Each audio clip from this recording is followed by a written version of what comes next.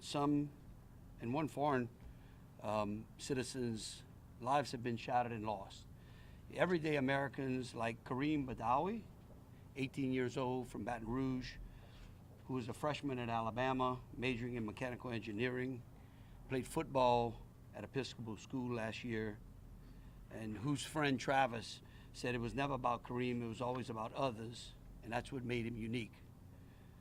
Like Tiger Besh, 27, from Lafayette, who played football at Princeton, worked for Seaport Global in the capital markets, and I quote his brother Jack, who said, "I can't wait to show you the big things I will do in this world, to tell my kids about you and the man you shaped me to be."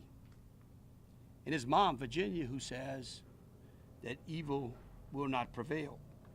Like Drew Dolphin, 28, from Montgomery, Alabama, a graduate of Auburn University in 2023, was with his younger brother Matthew during the attack, whose family has described him as having lit up every room he entered and how his smile was infectious.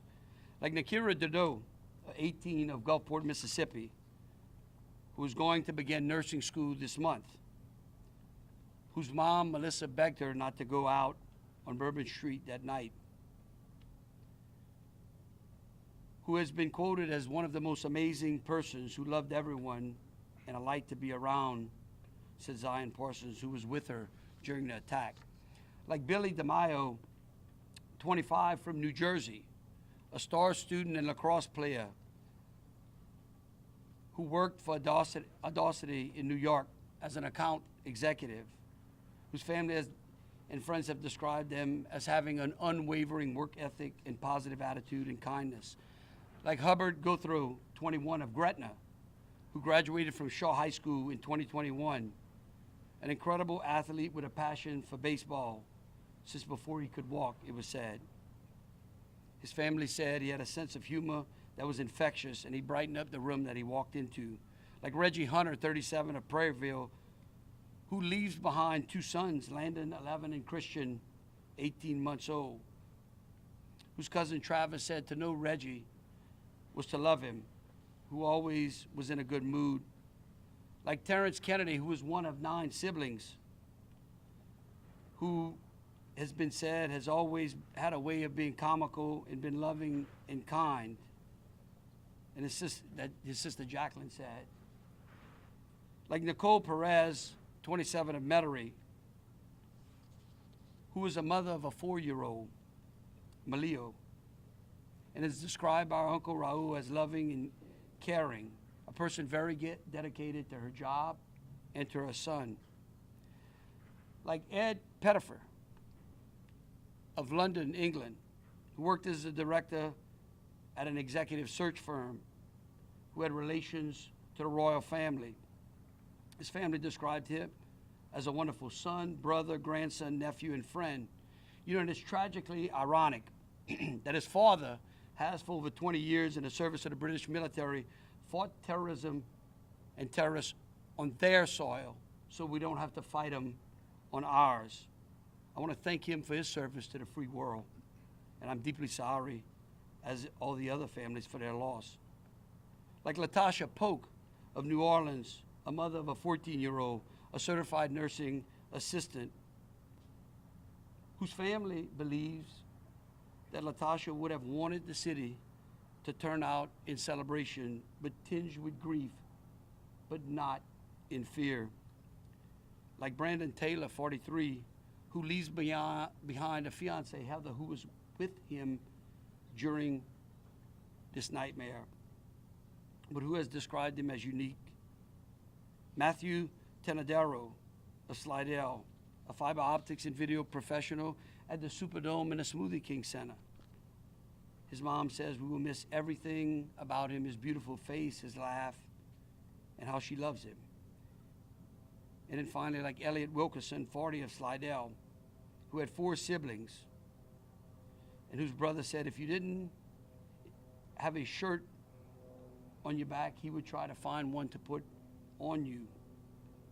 No matter what, he was always looking to care for others. You know, each of these victims has family and friends who have to live with the tragedy and the nightmare of these events. Over the last 48 hours, we have all been focused on addressing the needs of each of these victims' families and to ensure that they are properly honored. We began on January the 2nd by ordering all the flags in the state at half-staff from sunrise to sunset. I have personally called into each of the victims' families to ensure that they are receiving the support and the answers to any questions that may have remained unanswered. I issued an executive order declaring a period of mourning for each of these victims on each of the following days under which flags of all the state buildings, schools, and universities will be at half-staff. I requested, and Dr. Kay Brumley, our superintendent of education, has called for a moment of silence in all of our public schools beginning on Monday at 9 a.m. So on Monday, January 6th, will be in remembrance of Kareem Badawi. On Tuesday, January 7th, will be in remembrance of Tiger Besh. On Wednesday, January 8th, will be in remembrance of Drew Dauphin. On Thursday, January 9th, in remembrance of Nakara Dado. On Friday, January 10th, in remembrance of Billy DeMaio. Then again on Monday, January 13th, Hubert Gothrow. On January 14th, Reggie Hunter. On January 15th, Nicole Perez. On January 16th, Terry Kennedy. On January 17th, Matthew Tenadaro. Then again, starting the following week, on Monday, January 20th, Edward Pettifer. January 21st, Latasha Polk. January 22nd, Brandon Taylor. And then hopefully concluding on January 23rd in remembrance of Elliot Wilkerson. We have been working side by side with the Orleans Parish Sheriff's Office Crime Reparations Unit, the New Orleans Police Department's Victim Witness Unit, the FBI's Special Victims Unit, the Orleans Parish District Attorney's Office Victims and Witness Unit, to ensure that these victims get the answers and the support that they need. I also called on a time of prayer from Thursday and culminating today, specifically asking pastors and clergy and parishioners here in Louisiana and across the nation to unite in the prayer of victims and their families. We have been specifically tasked in assisting families with expediting the transportation of the deceased family members home. Each citizen of Louisiana's body was offered a Louisiana State Police escort to the funeral home of their parish. Each of our out-of-state victims was either escorted to the state line or to the airport. We are working again with the Crime Victims Reparation Board to ensure that the support they are entitled to is expedited. And the FBI will discuss more details of what they're doing in coordination to assist us with these victims. And I'll tell you what I've told each one of those families. I don't think there's a person up here that wouldn't love to return them to their families. And so we will continue to ensure that their tragic loss is not forgotten. And while we can do nothing to undo what has happened, we are committed to doing everything within our power to honor these victims and support their families and friends. Thank you.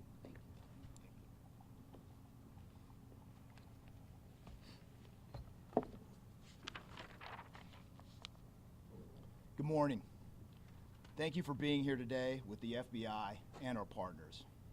Today, in the interest of transparency, we're going to give you the latest update on the FBI's investigation into the Bourbon Street attack on New Year's Day.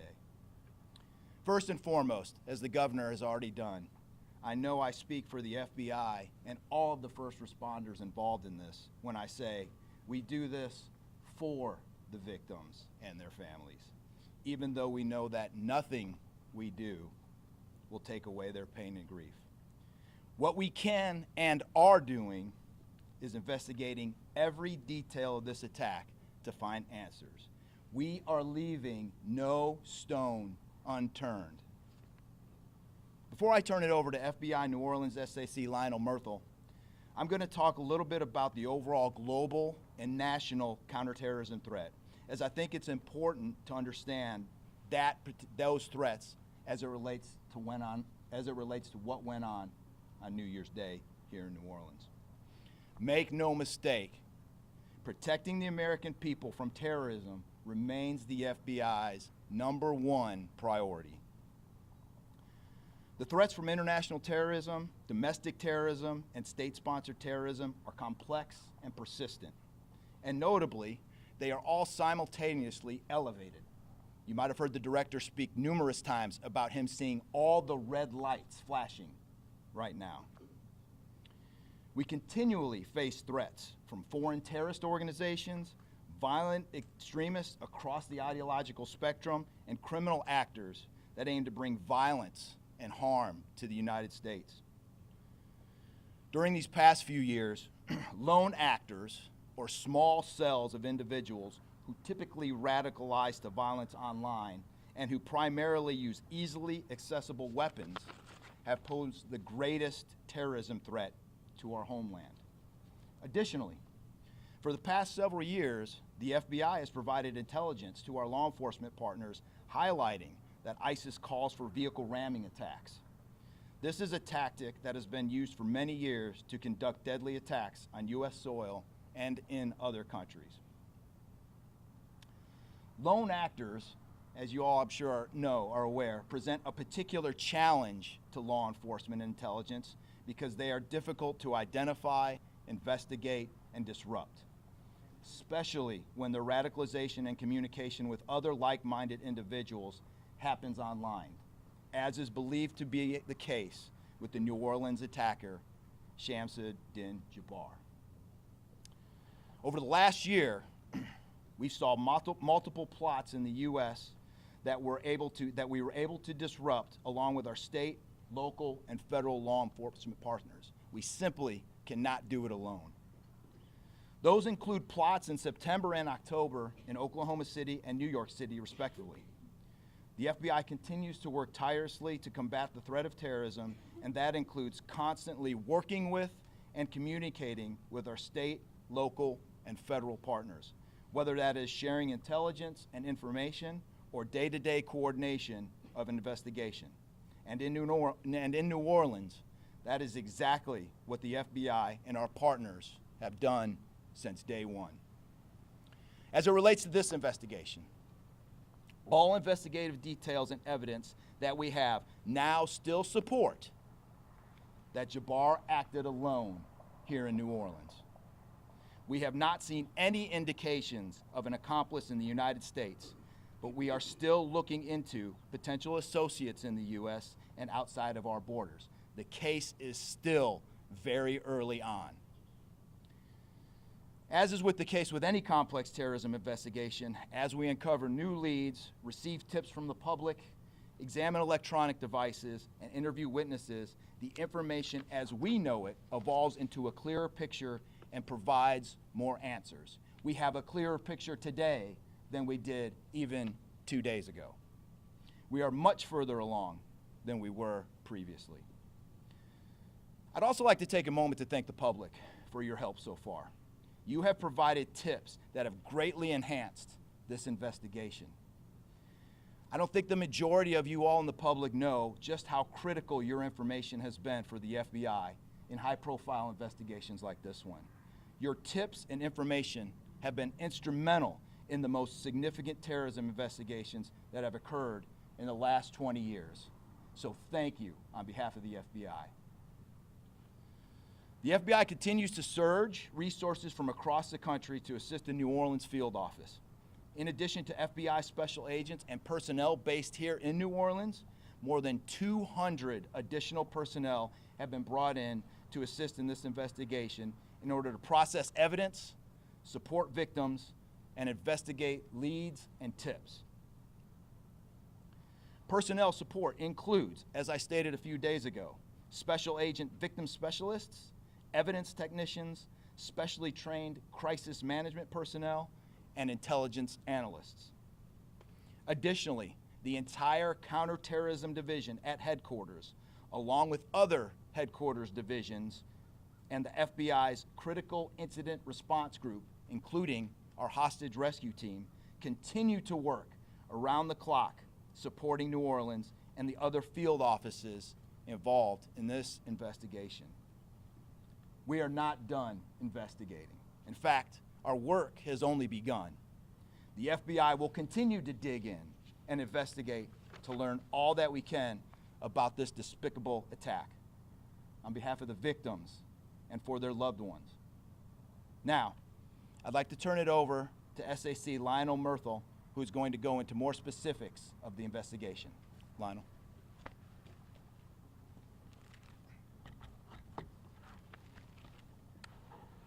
Thank you, Chris. My name is Lionel Murthel. I'm the special agent in charge of FBI New Orleans. I want to thank you and the hundreds of other FBI personnel and our partners with our local, state, and federal agencies who've been working tirelessly beside us. FBI New Orleans deeply mourns the loss of those who tragically lost their lives and extend our heartfelt prayers to those who were injured, and offer our unwavering support to those who endured the traumatic experience of witnessing such a devastating act of terror. Today we want to focus on filling in some of the gaps and giving you a greater understanding of the planning that went into this horrible attack by Shamsud Din Jabbar. We are also sharing videos showing Jabbar placing the IEDs on Bourbon Street and videos he took as he plotted this hideous attack. Thanks to information provided by you, the public, this investigation is crossing state and international borders as our agents follow leads in Houston, Texas, Atlanta, Georgia, Tampa, Florida, and internationally. FBI Houston has recovered evidence at his home there, and the work now shifts to our specialists at the FBI laboratories. Interviews are being conducted with hundreds who have been identified as knowing key pieces of this complex, evolving case. We have also tracked that Jabbar traveled to Cairo, Egypt from June 22nd until July 3rd of 2023. A few days later, he flew to Ontario, Canada on July 10th and returned to the U.S.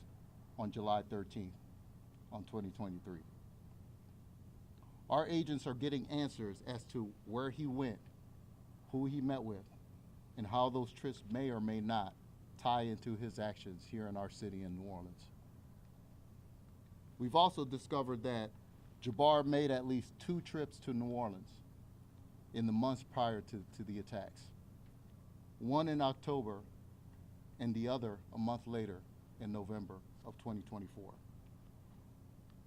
From what we now know, Jabbar stayed at a rental home in New Orleans beginning October 30th, 2024. He was in town at least 2 days. During that time, Jabbar, using Meta glasses, recorded a video as he rode through the French Quarter on a bicycle. This video shows Jabbar during that trip in October with his Meta glasses. As we continue to learn more about that trip, we ask anyone who may have seen or interacted with him to contact us.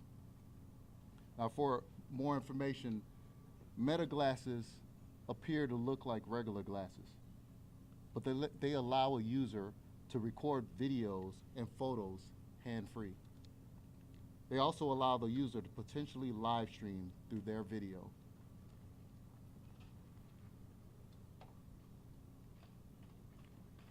Jabbar was wearing a pair of Meta glasses when he conducted the attack on Bourbon Street, but he did not activate the glasses to live stream his actions that day. Thanks to information that is coming in from the public, We now know Jabbar was here in New Orleans also on November 10th. But we are still piecing together the details of that trip. Moving closer to the day of the attacks, Jabbar is seen on December 31st at one of multiple gun stores he visited in Texas, leading up to the attack. As we go through the timeline, times we provide are approximate.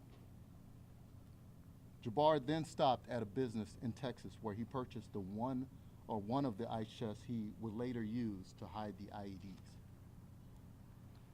Jabbar is estimated to have entered Louisiana on December 31st, 2024 at approximately 2:30 p.m. He rented a vehicle that was seen again in Gonzales, Louisiana around 9 p.m. on December 31st. By 10 p.m., home camera footage shows Jabbar unloading the white pickup truck in New Orleans outside of the Mandeville Street rental home in the St. Roch neighborhood of New Orleans. Just under 3 hours later, at 12:41 a.m.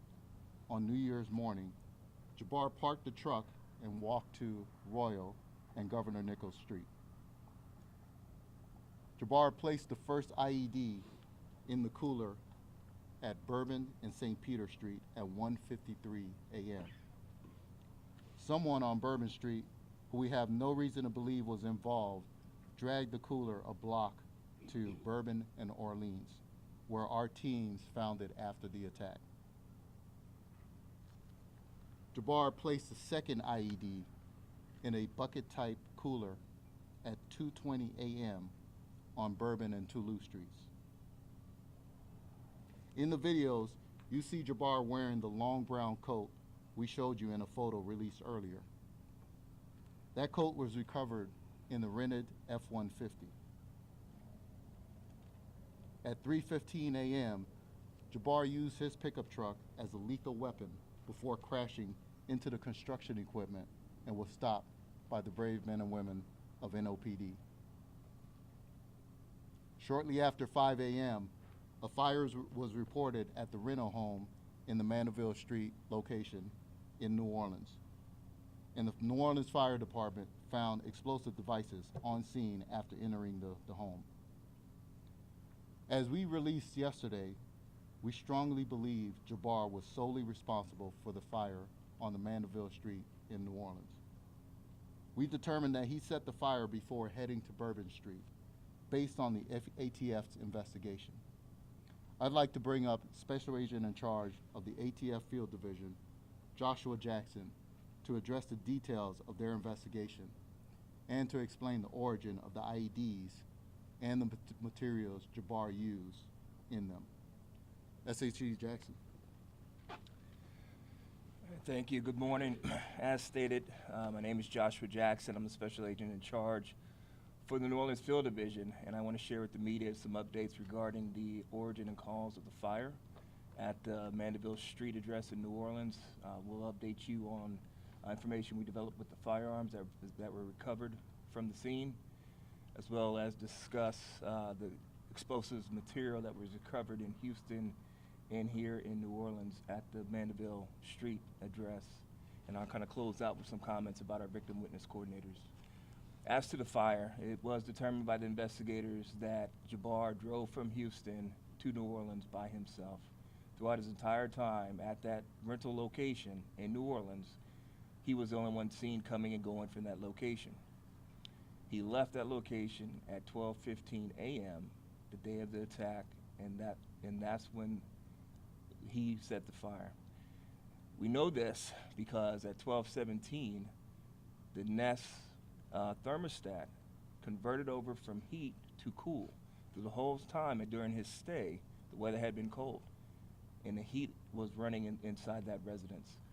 It changed roughly 2 minutes after he left because the thermostat indicated that the temperature was rising inside the residence, and it tried to keep up with the fire that was growing inside. Let me explain what happened with the fire. He used an open flame in the linen closet area next to the washer and dryer in a closed-off hallway centered into the residence. This hallway leads into different rooms of the house, bedrooms, the front room, the kitchen. Using this open flame in the linen area, this caused the fire to grow. He also set a half-gallon of accelerant, gasoline, in a plastic gasoline container in that hallway. He also poured accelerant in different rooms throughout the house. We believe he did this, and his hope was to burn the entire house down and hide evidence of his crimes. As the fire grew in this closed-off area, it eventually ran out of oxygen and fuel, and it smothered itself before it spread to the accelerants that were placed in the other rooms. That's why the house did not burn down. At 5:18, neighbors smelled smoke in the air, and they're the ones who contacted 911, and that's when New Orleans Fire Department showed up at this residence and put out the smoldering fire that was there, and that's when they observed the materials inside the house and contacted FBI and ATF, and we secured that location. As far as the firearms that have been recovered in this investigation, it was a semi-automatic pistol that was used by Jabbar, and it's a semi-automatic rifle. The pistol was a 9mm and the rifle was a .308 caliber. Conducting ATF urgent traces, we determined we did make contact with the individual who completed a private sale of the rifle on November 19th, 2024 in Arlington, Texas. This individual, based on our investigation, does not know Jabbar. This was a chance encounter in having this private sale transaction in Texas. There's no way this individual knew that Jabbar was radicalized or had any sort of awareness that this attack was imminent. I also want to preference that private sale transactions like this in Texas are legal.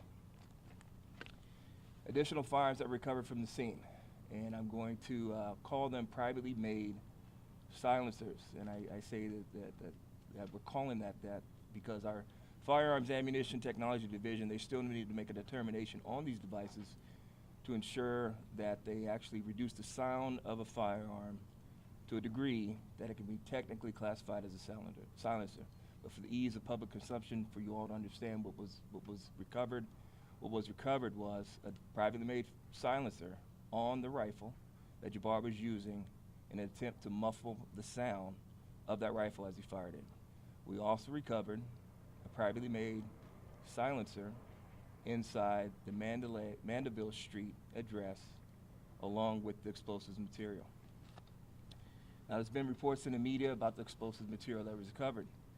That is something that is only found overseas. I want to provide more information. The explosive material recovered at the Mandeville Street address was field tested by a chemical identifier by bomb techs with ATF and FBI. This is a field test. Tested as R-salt. R-salt is very similar in look, texture, and chemical makeup as RDX, which is all readily common and available right here in the United States.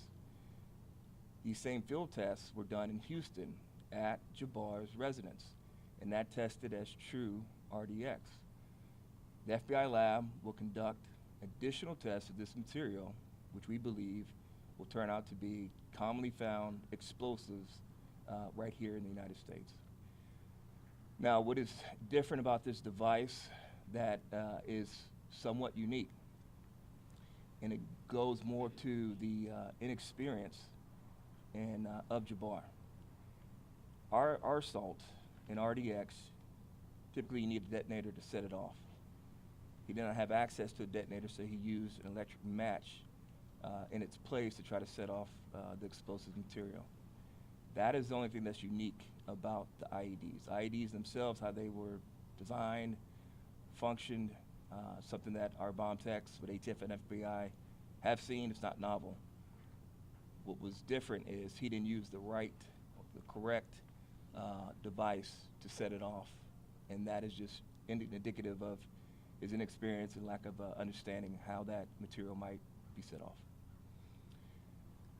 Last comments are very important. I know that victims and family, that is the focus. That's why we're doing this job. That's why we're going, spending hours and surging resources. ATF has victim witness coordinators that are working hand in hand with all the victim resource specialists, and they're going to remain on the ground, engaged throughout services as we continue to engage and connect with the victims and the families. So our thoughts and prayers remain with them. Our focus and our energy remain with them in the city of New Orleans. And with that, I'm going to turn it back over to SAC Myrtle. Thank you, SAC Jackson. When incidents like this happen, obviously the criminal investigation is important. But the FBI never loses sight of the devastating impact on victims and their families. Helping them navigate the unthinkable is a task that we take on with a number of local, state, and federal partners. It's a task that started within hours of the attack. The work done by these professionals is done behind the scenes, as to not re-traumatize the people who did not ask to be part of this dark day in history. Today, our Victim Services Response Team and those very important partners are opening a Family Assistance Center, which is a centralized location where victims and their loved ones can receive in-person information and assistance. St. Martin de Porres Catholic Church on Elysian Fields has graciously offered space for our professionals to provide services and also return hundreds of personal items left at the scene of the attack.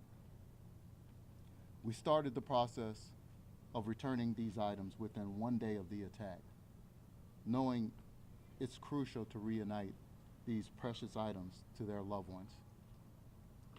The Family Assistance Center will open at 1 o'clock this afternoon and offer services until 7 p.m. It will then begin operating Monday through Friday from 9 a.m. until 7 p.m. until we are certain we have provided everything we can to help those who need it. I want to say thank you again to the community, to our city, and to the victims and their loved ones. We cannot change what happened, but we are working tirelessly to determine how and why this happened here.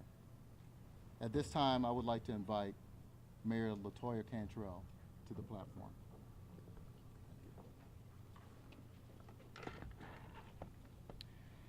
Good morning. Thanking our unified command here, all resources, federal, state, and local, focusing on our victims and our families.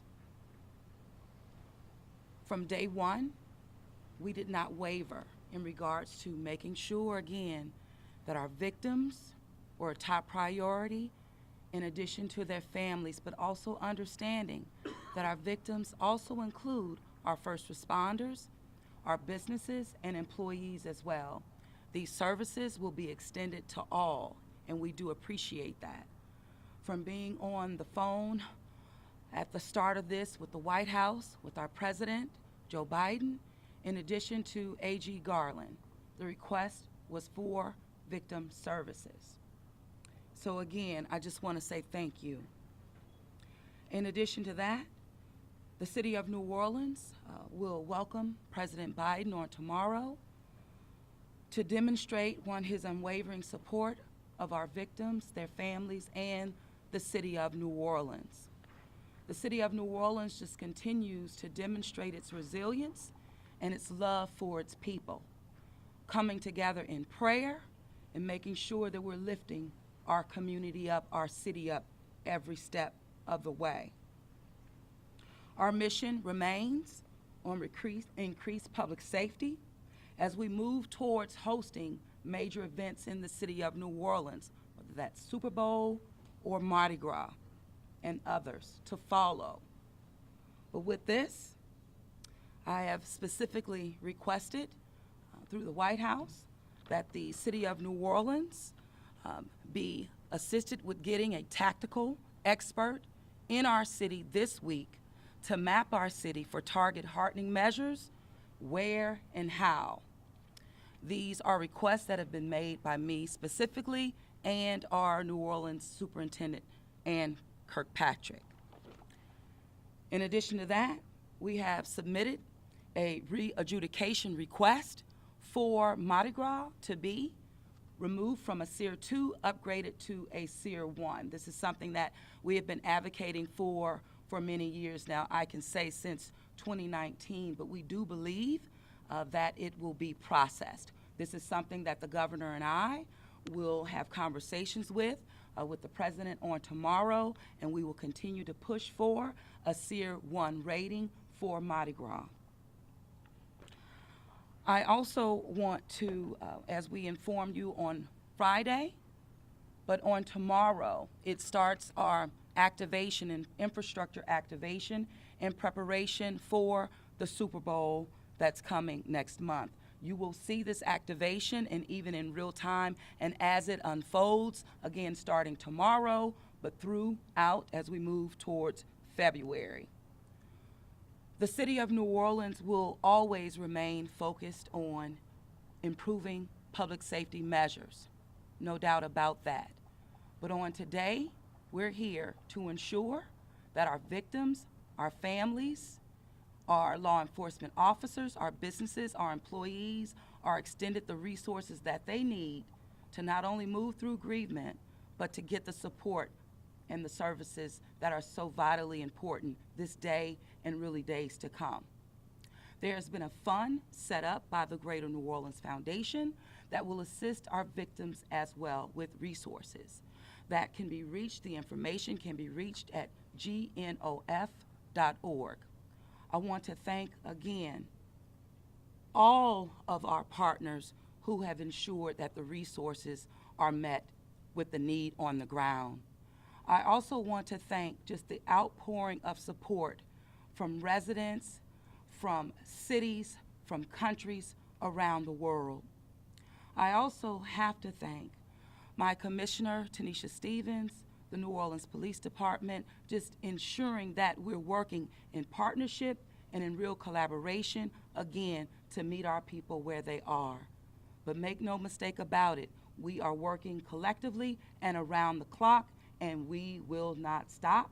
I have full confidence that the city of New Orleans not only is safe, we will continue to be safe days, weeks, and months ahead as we prepare again to host national events in our city. Thank you.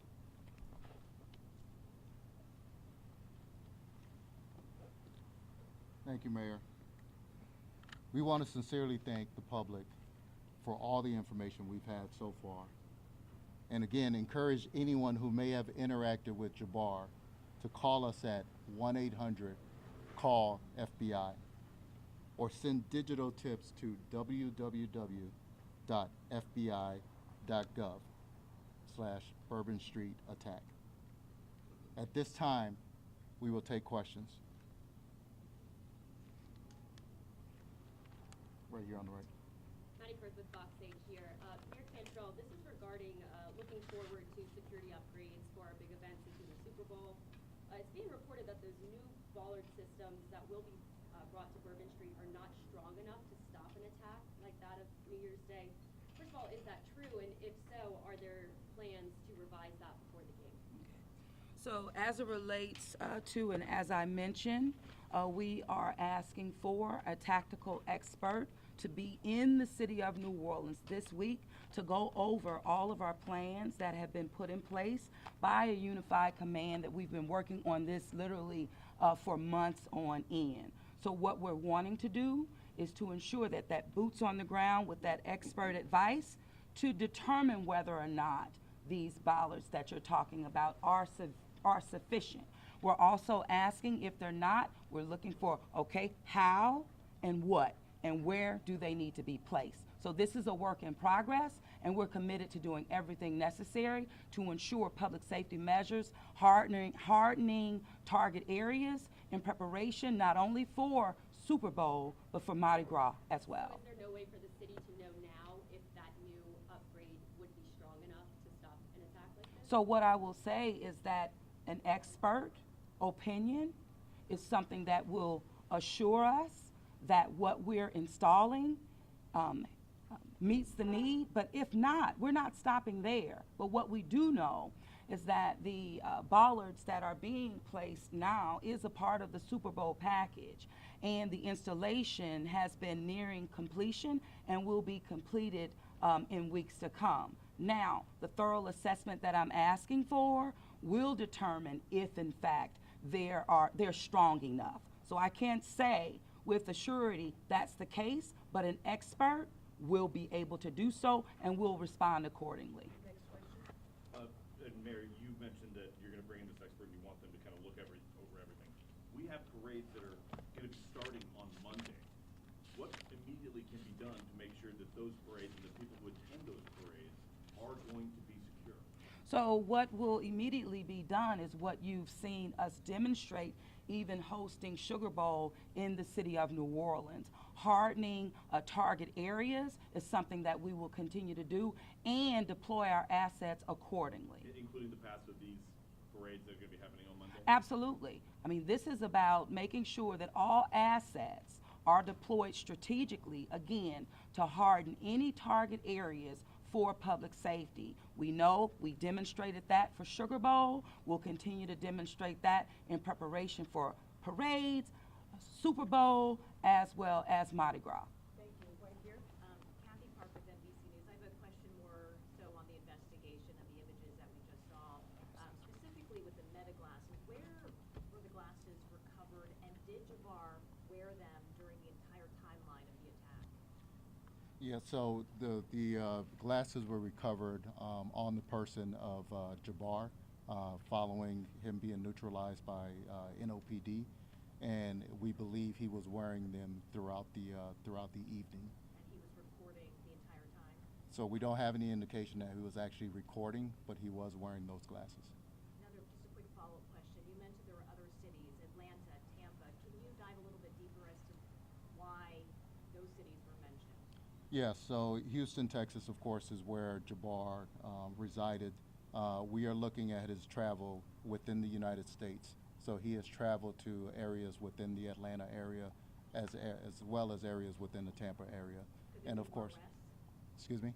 Could there be more arrests? We don't, at this time, we don't have any indication if there will be any additional arrests, but there are also potential witnesses, potential individuals that may provide information at these locations. So at this point, we do want to make sure that we are speaking to all those individuals where he may have visited. Rafael, almost CNN. Regarding the trip to Egypt, do we know whether it was the first time that he traveled to a country? Did he have any family of acquaintances that were explaining the trip, or do we know at this point who he met with? Yeah, at this time we're still trying to determine the answers to that. That is exactly what our priority is for those international trips. Essentially, we're looking at who has he encountered during those trips, who is he meeting with, where has he traveled while in those specific countries, and whether or not any visits to those countries may or may not have any indication as to the reasons behind this attack in our city. And if I can follow up, do you know at this point whether he received any financial assistance from anybody to be able to finance that trip?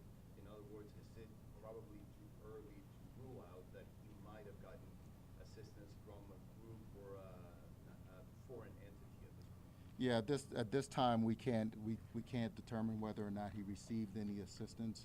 We do know that he was employed, and at the time of his attack, but at this point we can't rule out whether or not he received any type of assistance. ABC, Sasha Bessie with ABC News. Can you explain his trip to Cairo on the way back? You mentioned that he had traveled through Ontario on his way back to the States. What was the reason for that detour? Yeah, so we don't know the reason behind that, and again, this is one of the items that we are looking to get some clarity on as to the purpose and reasoning behind each of those individual trips.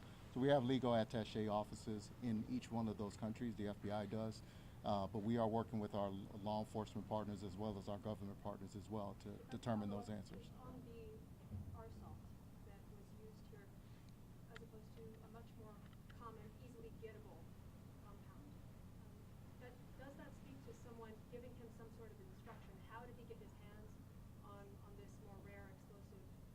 Can you speak more about that? Yeah, I'll defer that question to SAC Jackson. Yeah, so again, this is a field test that was done in the field, right? So all this material is going to be tested at the FBI lab. We believe when the chemist and the lab examines the material, it will be true RDX. Our salt is not as common as RDX, but there's precursor materials at the house in Houston where he made this material. So the field test is preliminary. Let the FBI lab confirm the material, but again, these materials are available here, and at this time there's no indication that he received this material from overseas. Yeah, Brittany Berner, local WDSU NBC affiliate. So do you think that by the person moving the cooler, if he placed it in the transporter, that it potentially discord his plan of what he had? Yeah, I have no indication if that either deterred his plan or not. We do know that those individuals appear to be unwitting as to what was inside the coolers when they were moving the coolers or looking inside the coolers. But we don't have any indication that whether or not that deterred his plan. And as a follow-up, you initially it was said that it was other people to be believed to be a part of this. I know you said that you have no reason to believe that now. So we don't believe the person, whoever moved the cooler or anything, was in regards to this. We don't have any indication that the individuals that moved the cooler were accomplices or witting individuals. From what we've observed so far and what we've gathered through our investigation is that they were unwitting individuals who moved the cooler from location to location without knowledge of what is in the cooler. Was he driving it at all? Like, do you think he was driving it, like, as far as it being motorized of some sort? No, the cooler was not motorized. The cooler was a standard square. There were two coolers, standard square cooler, as well as the circular ice cooler as well. Right here? Mike Burlstein, WWL Louisiana. I have a question and a follow-up if I could. The first question is, when you mentioned electronic match instead of some kind of standard detonator, why was that not employed? What foiled that? Was there a plan for him to use that? Does it have a remote capability that somehow did not get used? Yeah, as to that question, so electric match or hobby switch are commonly available items that common citizens could get their hands on. A detonator is not something that a common citizen can get their hands on. That's why he chose electric match. Is readily available. As far as the device that was recovered, the devices did have receivers attached to them with the explosives material. There was a transmitter that was recovered inside of Jabbar's vehicle, so we believe that the transmitter would have functioned and would have worked, but for New Orleans PD putting him down before he could get access to that transmitter and set off the devices.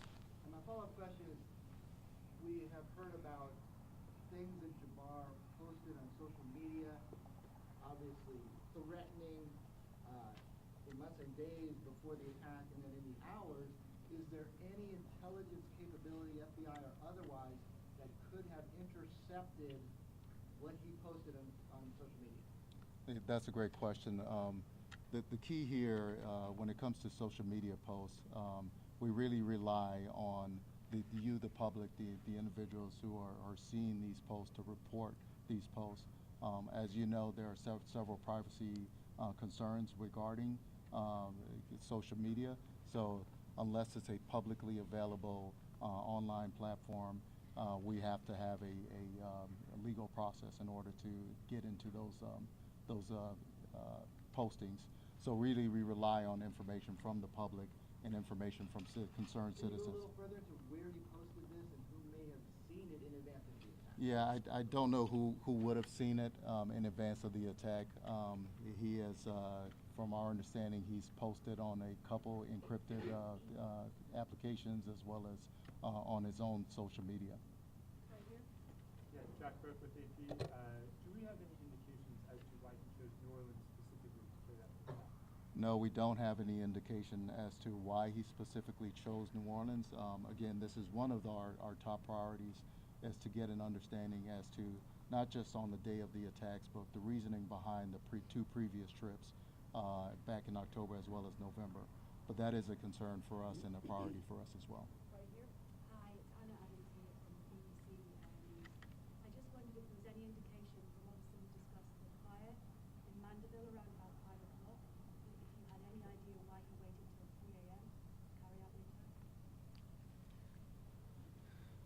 No, I think the timeline is this. So what occurred was he left the Mandeville Street address in New Orleans at 12:15 a.m.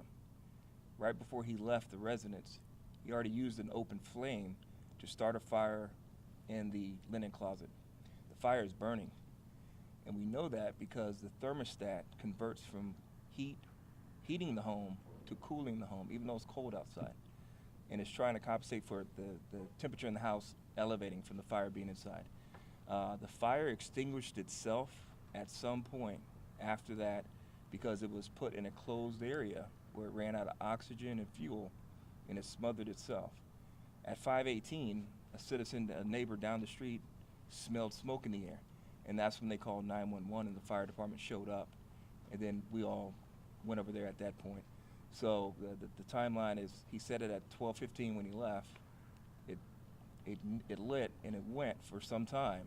It smothered itself at some point after 12:17, and when the fire department arrived, they put out the smoldering fire. One more question. It's possible to know, just to follow up to that, I mean, it's safe to say that he wouldn't wreak more havoc sooner than 3 a.m. You don't have any idea why he waited those few hours from leaving the house in Mandeville to arriving in the French Quarter. No, the way that accelerants were placed around the house, his intention was for the whole house to go up. It could have been, In terms of the attack in the French Quarter. it could have been a distraction. You know, he's not here to explain himself on that, but it could have been done as a distraction to have resources ushered that way. But again, the way that the accelerant was set up in the house, in the different rooms, the intent was for the fire to spread and then eventually engulf the whole house. Thank you very much, everybody. We appreciate it. I'd like to give you the information about where you can find the videos. You can go to fbi.gov/Bourbon Street updates, or go to our FBI YouTube page. Thank you, everyone.